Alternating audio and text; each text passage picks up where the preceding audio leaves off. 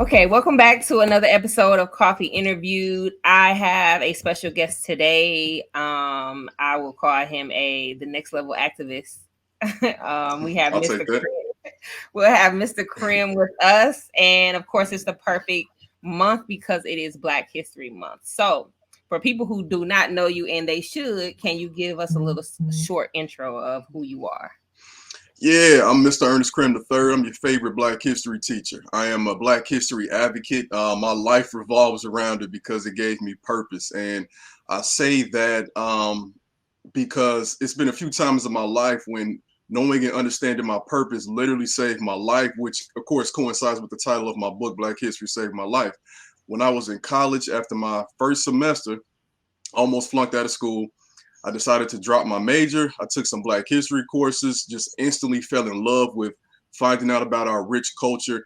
And to me, it was the thing that connected the dots for me to help me understand why our condition was the way it was. I had always had these questions leading up until the point when I was 18 years old in college, but I had never had anything that explained it in such depth.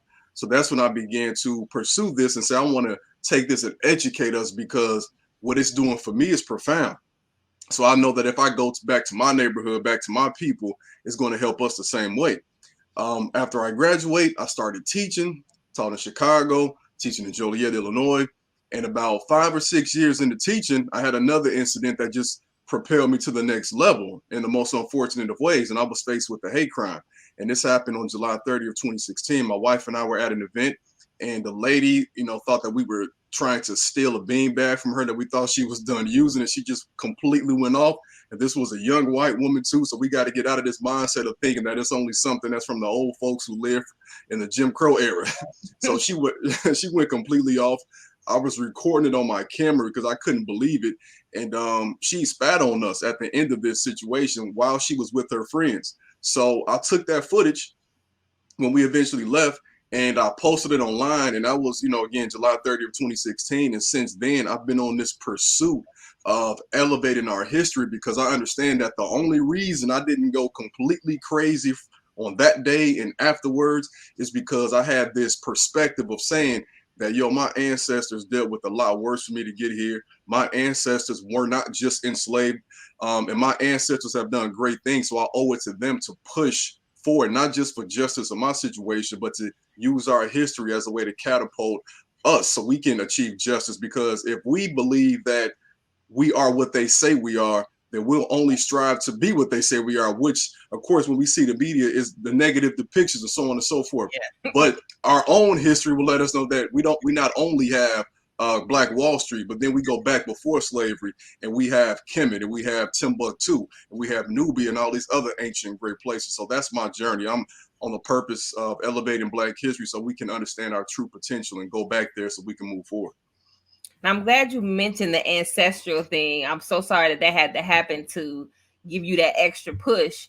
But one of my favorite shows is Finding Your Roots. I don't know why. I just get all teary eyed when I watch it. But do you feel like it's because of that disconnect that we tend to, I guess, downgrade ourselves or let others depict on what our future should hold? Oh yeah, definitely, no doubt. I mean, you got to think of it this way. Like when I first started teaching, I remember asking a class full of Black kids on the south side of Chicago. I said, like, look, y'all, like, where are we from? Where are you from? One of my boys said, I'm from Chicago. Now, yeah, you were born here, but I'm talking like deeper than that.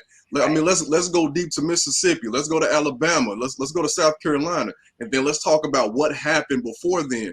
One of the things that really messes us up is because, for one, a lot of us in our condition, we're dealing with constant stress. And when you're dealing with constant stress, you don't actually have a time to worry about, the broader picture. You're worried about your next meal. You're worried about them people trying to get you. So for you, history is like, well, I ain't got time for that.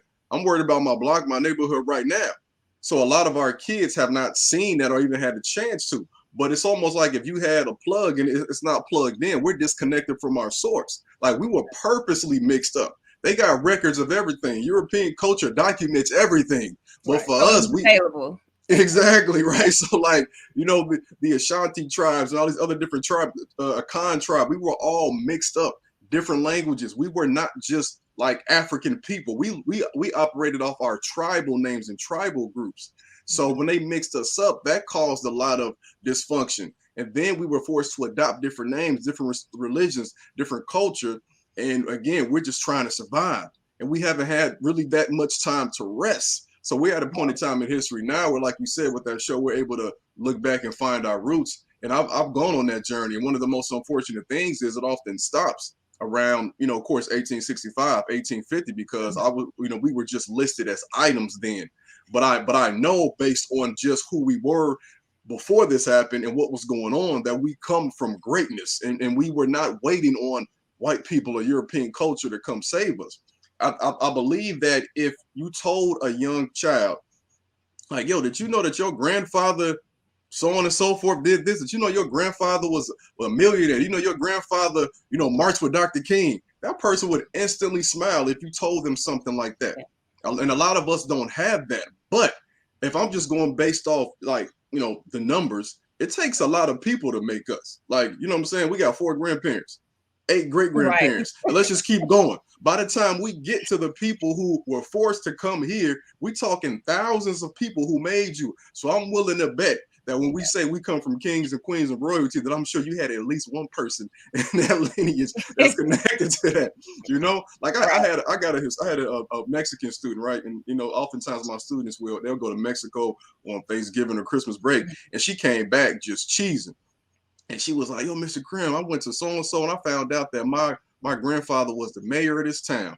And she was just so excited. And I was playing off there like, well, look, you might want to be the mayor of this city. You might want to be the president, like just her having that frame of reference did something to us. And we don't often have the words to express what that feels like. We often say we don't like school, we don't like history, but it ain't about history. It's about your lineage and your ancestry. And if you knew how great you were, then you would never do the things that perpetuate some of the things that we see now. But because we're focused on such a short angle and scope of 10, 20 years in the past, we ain't left our block, it's often hard for us to do that.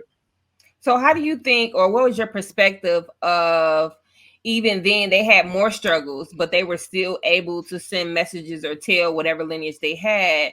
What do you think their motivation was? Because I'm not saying we have a lot more and it's a lot more of a cushion, but like the drive isn't there and we have more resources. So what do you think that disconnect part is? We don't have the perspective, the vantage point.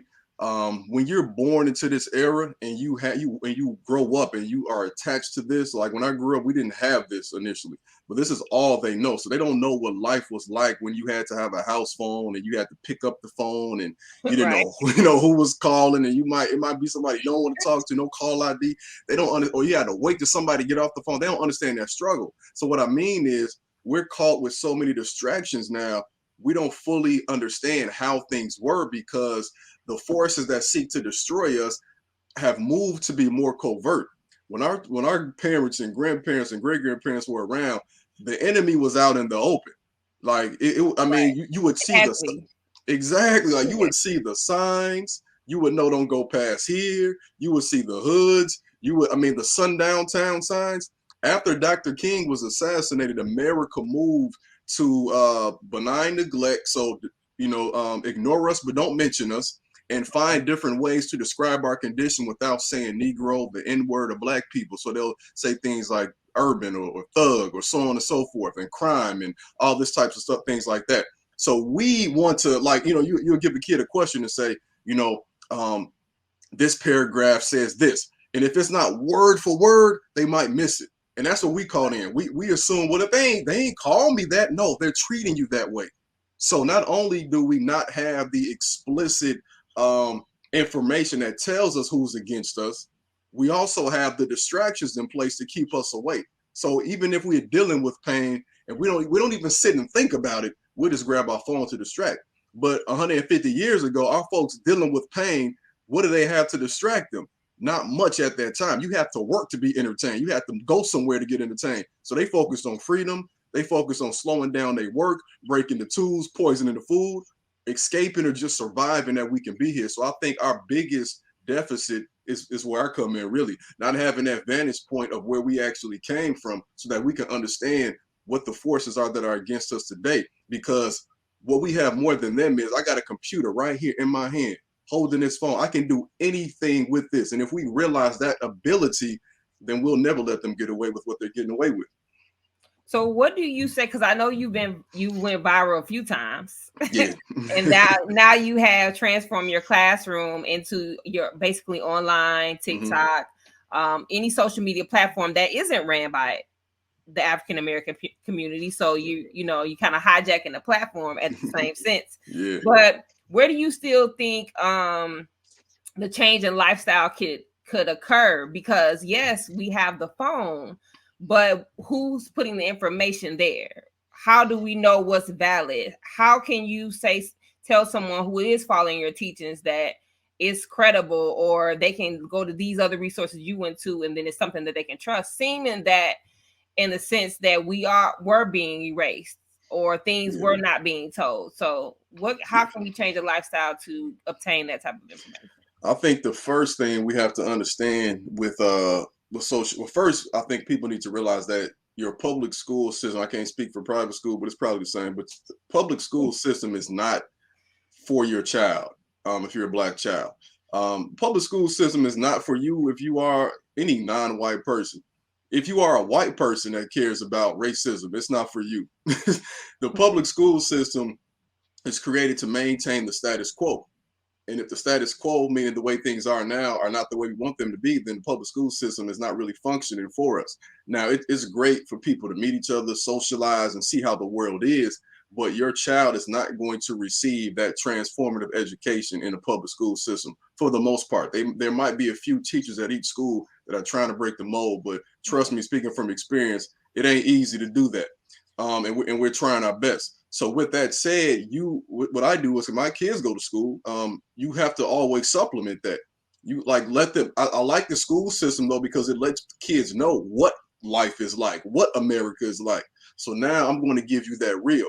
What we have to do once our kids leave the school is we have to understand that this isn't just some type of leisurely device. Okay. There are so many things you can do on this. Like we walk around with it like this all the time. Imagine if somebody was walking around with a laptop or a computer all the time. That's what we have. And typically these things used to be used just for work, sending emails, then it began to transform, So I would suggest we have to be very cognizant of what we're following and who we're following. I love social media now because it creates an algorithm for what you like. So it's you.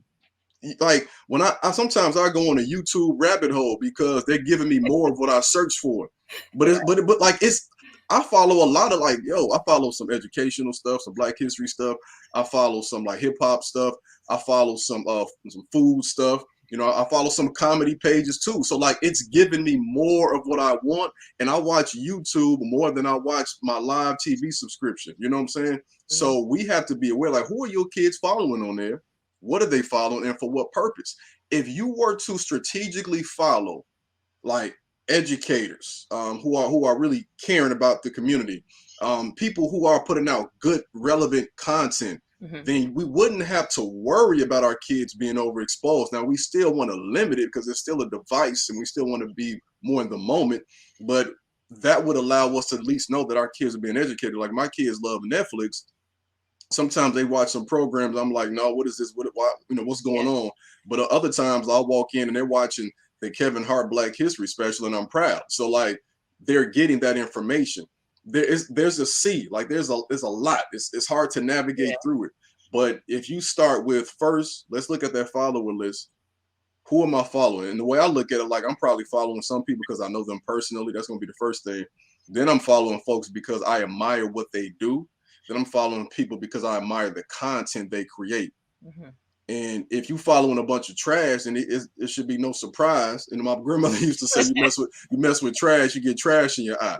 So like we just have to be aware. And if you follow me, I'm a certified teacher, but honestly, that don't even matter because you get educated on this stuff anywhere, right? Mm-hmm. But I'm citing all my stuff.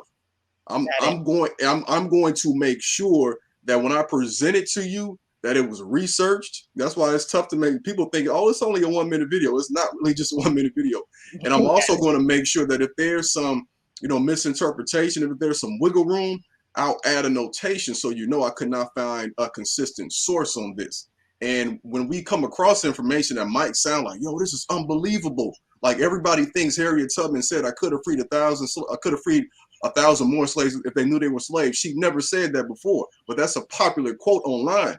Mm-hmm. Once you see my video or somebody else's, bam, go to Google and see if it's true. I tell my students in class, y'all ain't gonna believe this. Google it and fact check me right now on the spot. Okay. And they never interject. I'm just giving the information. I didn't create it.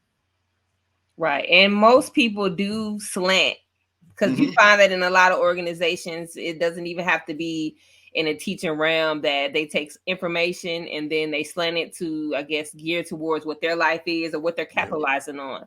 And seeing that you're doing it out of passion and not for monetary gain, um, how can you, I guess, motivate the next person who's like, this is good information, instead of just regurgitating what you're saying? What do you suggest they do if they say, I want to follow in Mr. Cram's footsteps? I would say that, for whatever they're interested in, just adjust it to that. Like my thing is Black history. Like some people might want to focus on the Black history of cuisine. Like, again, and it's not an ad for Netflix, but they had an amazing show. I think it was called something about the hog. I can't remember the name of the show, Oh, but it okay. was a guy tracing the history of Black cuisine. That's powerful. There's a brother in Chicago, Dilla, who does Chicago history.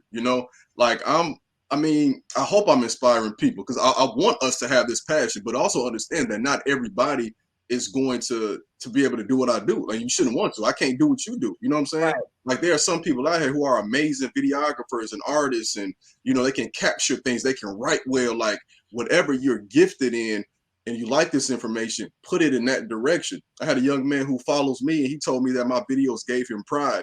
I looked on his page, and this brother was like a comic book artist. I would never touch that. You know what I'm saying? Right. I wouldn't want him to start making these videos. But if he started making comic books about our history, then that's a whole nother thing. I think there's a company called Black Sands doing that, where they're Yeah, talking about I our saw history that. before slavery. Yeah. So Mhm. like whatever it is, just don't try to emulate. Like just try to use my story, somebody else's, and create your own package. Because I don't want you to not tell these stories. I just want you to do it in your own frame of reference. And with that said, if you're truly doing it with passion, then things begin to come. Like, you reached out to me, people reach out to me. I made these videos because I love them. And sometimes the companies will reach out who share my vision. Because when you speak your truth and you're unapologetic about it, you're not trying to, appease people. The people who need to find you will find you, and they'll respect it. I don't want anybody coming around thinking that I'm trying to do something that's going to put my community at risk and give them false information. So once you approach me, first and foremost, I'm putting us first. And if you're in alignment with that, then we can do some work. Now, I've seen on several platforms where people are educating us on our history, and we have pushback Mhm. from or slander from your own. Yeah. Why do you think that is, based on you giving somebody pride, or you're not giving them anything bad? You're not telling them, oh, you shouldn't be this way. You're definitely telling them, hey, I'm giving you your crown back. Why do you think we continue to push each other down or give each other pushback when we're educating other people? Well, we've been miseducated, Shout out to Carter G. Woodson, one of my role models. Again, talking about emulating people, I'm emulating him 100 years later. I'm just putting it on TikTok. But we've been miseducated, like his book, The Miseducation of the Negro. And if there are people who, and I see it in the comments sometimes I'll see us being more critical than other folks.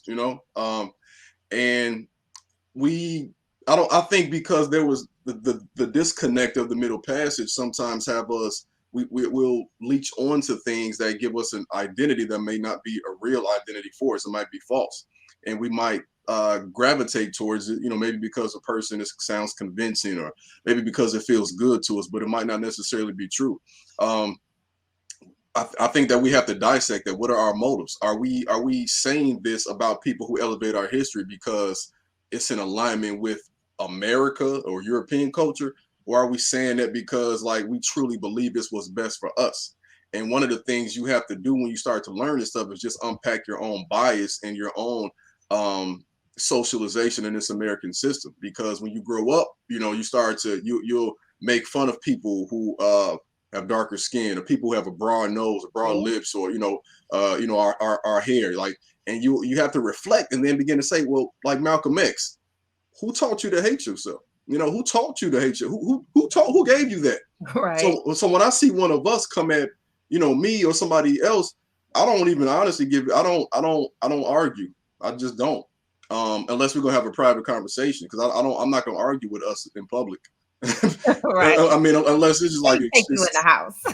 yeah, like that's a family conversation. Unless you just like all out, like, how some, I Yeah, don't want to say yeah. names, but like there are some people who they get a boost from being um uh, getting a pat on the back from that community, and they make a career out of being on stuff like Fox News and throwing us under the bus. Yeah. That's different. But if it's somebody that's coming in and they saying little stuff, whatever, like, okay, that's your perspective. But like, let's talk in the DMs or whatever, if there's time. Because honestly, if I know what I'm saying is the truth and you come with something else, then okay, that's your truth. That's fine. Mhm. I'm not about to, my energy is expensive. I'm not about to just give it away. you Are know, these the tools you use to cope? Because mental health is a rising concern. I'm sure we've had to deal with this hundreds of years before it even was yeah. a phrase. But are these the tools you use, even the pride you gain with the information, in order to cope with that type of stress, or just even reading someone saying Mhm. something bad about you when you know it's not true? Yeah, it's so again, for me, like, so I've always been interested in our history, since I was a child. Mhm. And I had parents who always supplemented my interest and curiosity with information. Like, my house was like a Black History museum, Okay. but like, never having the opportunity to sit down until college. Like, I was still all over the place. Mhm. But for me, first, when I found out our history in college, I became very angry. As a lot of us probably go through. You feel Yeah. really bitter. You're like, yo, what's wrong with white people? Like, what's going I on? always say, why do you hate so much and so for so long? That's a lot of Yeah, energy. Yeah, it's a that's a lot lot of of hate generationally. Like, you weren't even around during slavery, and you got that same animosity. What's wrong? So one of the things that helped me even before the hate crime happened was just not personalizing things, and I think that can help in anybody's life. Understanding that people will treat you how they feel about themselves, and that says a lot about how the white folks in power may feel about themselves. energy. So when you look at, like, there's a book called My Grandmother's Hands by Resma Menakem, and he breaks this down amazingly, like the trauma that white folks brought from the medieval times, medieval torture, and what they would do to each other. When you see what they did to each other, the peasants over there, and you see the torture devices, and you juxtapose that to the pictures of us hanging from trees and them smiling and what they used to do to us, and making our skin into purses and all types of grotesque things, you realize that, yo, that's a sick culture that some people have adopted, and it's not about me. And now again, it's still like, it's not an easy thing to digest, but I start with that and saying, okay, this person is projecting something that has nothing to do with me, right? So I start to reflect on myself and, like, again, who are you? Are you Okay. are you who they're saying about you, or are you who the creator says you are? You know what I'm saying? Mhm. And oftentimes removing myself, taking time away from that, meditating, journaling, reading, and I think you alluded to this, but like, reading about our history does something for me, because it, especially when it's an autobiography like a Frederick Douglass or something like that, Mhm. just putting your mindset into what they had to deal with on a daily basis just to survive, and you begin to think, like, am I really gonna get bent out of shape over a comment? Am I gonna get bent over shape of somebody trying to ban my history in the Yeah. school district when I could have got lynched for reading a book? Like, we had to create our own language so we couldn't act like we knew the language so we could survive. It's like, no, I got to keep pushing, because they could not even, their definition of thriving was just being able to um, not be whipped in a day, to Mhm. be able to see their families, right? To just to have basic freedom. So, like, you might have those days, but no, I owe it to them. I got to keep going, keep pushing. And again, that perspective gives me that vantage point. Okay. Well, I'm glad you were sharing your pride today and giving us a little speckle of inspiration. I do and truly appreciate you just genuinely and being transparent about your journey in order for others to grow. It's hard to see anyone do that, let alone a Black man. So kudos and round of applause to you. Is there anywhere anyone can find more information about how to book you, or if you have new projects like a book or something coming out, where should they look? Yeah, they should check out ernestcrim.com. So that's ERNESTCRIM.com. It has all my booking information. My book is on there. And also, too, besides that, follow me on Instagram, TikTok at MRCrim3. You'll see my link tree that has a link to everything else, like, news coverage and my course. I'm teaching an online Black history course, and Patreon, just a bunch of other stuff, causes they can donate to. So, yeah, ernestcrim.com, or find me on social media at Mr. Crim3. Okay, and it's I have this question. It's probably a little weird, but will you ever consider politics? I did. I did. Honest. So check. It's funny. I think I posted a video on my Facebook 3 years ago this week. I decided to run for a write-in candidacy for city council, and it was a write-in that's really hard. I lost. I went out on a limb and tried, but I will say this: moving forward, probably not, unless maybe school board. And I say that because when I dealt with that loss, it made me realize that I was trying to spread myself too thin. Like, I was running for us, but when I really thought about it, I said, am I going to be able to be as effective for us in that position like I could be just elevating Black history? So yeah, I'm glad I lost it. But in the future, school board, maybe, just because I got to be there for our kids. Well, thank you for being there. I've heard you speak before to the young men, so I appreciate it personally. Yeah, so make sure you follow Mr. Crim, help him on his journey, spread his gospel. I appreciate it. Keep sharing the videos, keep posting the videos until we can get you on a much larger platform. I definitely need to speak to you again. Yes, indeed. So appreciate it. Thanks again. Thank you.